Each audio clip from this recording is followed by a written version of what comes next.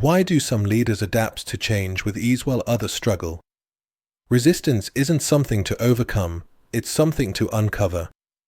In today's unpredictable business environment, Agile leaders succeed by embracing this mindset and moving beyond rigid processes.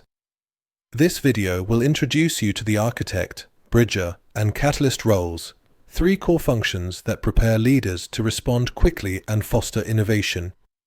You'll learn how to spot hidden barriers by asking the right questions, as Chris White suggests, and gain strategies for building teams that thrive in uncertainty. Let's start by examining what it means to be an architect of culture within your team. If you're new here, please subscribe and like, because I share tips to help you improve your career. Strong team culture doesn't just happen, it's built by leaders who act as architects, shaping an environment where collaboration and learning become second nature. At the core of this architect role is the deliberate creation of psychological safety. When team members feel safe to voice concerns, admit mistakes, and challenge ideas, they unlock collective talent and drive real innovation. Google's research on psychological safety shows that teams willing to acknowledge errors consistently outperform others on key metrics, highlighting the practical value of this approach. Instead of relying solely on formal processes or rituals, effective architects focus on the everyday moments that reinforce trust. For example, structured retrospectives allow every voice to be heard, while cross-functional meetings break down silos that can stifle creativity. Linda Hill's work emphasizes that leaders must move beyond simply broadcasting a vision. They need to co-create the future with their teams, encouraging experimentation and learning from setbacks. A common pitfall is prioritizing procedures over people. Emily Phillips' concept of the tribe of resources illustrates how Agile leaders intentionally build networks of diverse experts who support, challenge, and inspire each other. By tapping into this tribe, leaders create a support system that helps teams adapt quickly and solve complex problems together. These networks foster a sense of belonging, which is essential for sustained engagement and continuous improvement. Practical tools for building this kind of culture are straightforward but powerful. One example is rotating meeting facilitation, which ensures that everyone has a chance to lead discussions and contribute ideas. This not only distributes responsibility, but also helps surface hidden perspectives that can drive better decisions. Over time, these practices build resilience and adaptability, allowing teams to respond to change with confidence. When the cultural foundation is strong, teams are better prepared to navigate uncertainty and seize new opportunities. But no matter how robust the internal culture, leaders must also look outward, connecting their teams to external resources and ideas. This next step is where the role of the bridger becomes essential. If you're finding this helpful, please subscribe and like, because it helps us create content that matters to you.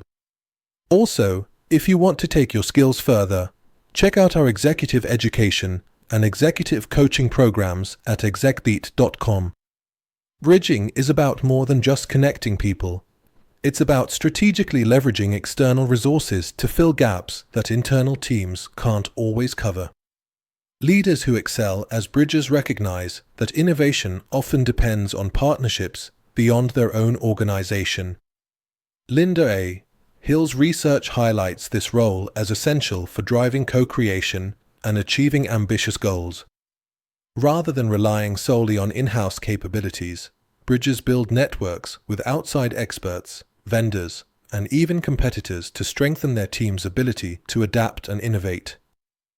A practical example is the way some healthcare companies collaborate with universities to address talent shortages.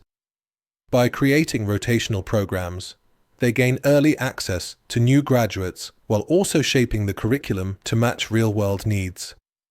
This not only solves immediate staffing challenges, but also builds a long-term pipeline of skilled professionals. Similarly, partnerships between healthcare systems and patient advocacy groups have led to higher adoption rates for new treatments, as these external voices help shape solutions that truly meet patient needs. The effectiveness of bridging comes down to the quality of relationships. Leaders who treat external connections as mere transactions rarely see lasting benefits. Instead, the most successful bridgers invest in mutual trust, influence, and commitment. Turning a vendor into a genuine partner requires more than a contract. It means sharing information, aligning incentives, and working toward shared outcomes. For example, when organizations co-develop solutions with outside partners, they often uncover opportunities that would have remained hidden if each party worked alone. One warning sign is when leaders default to formal authority, expecting compliance rather than collaboration. Hill points out that this approach can control people, but rarely inspires the commitment needed for innovation. Effective bridgers let go of hierarchy as their main tool, focusing instead on building genuine influence and reciprocity. To put bridging into practice, start by mapping your external network. Identify at least 3 partners who approach problems differently from your team. Set up joint sessions where both sides can contribute and benefit, and track the quality of these collaborations over time. This approach not only expands your team's capabilities, but also creates a foundation for ongoing innovation. By mastering the bridger role, you help your organization thrive in complex environments. But bridging alone isn't enough. True agility comes from integrating this function with other critical leadership roles. Agile leadership is less about titles and more about how you combine architect, bridger, and catalyst roles to drive meaningful results. The most effective leaders construct psychological safety, connect external resources, and spark transformation by learning continuously and adapting to new challenges, as Linda Hill's research highlights. A practical starting point is Chris White's question, "What don't we talk about that we should?"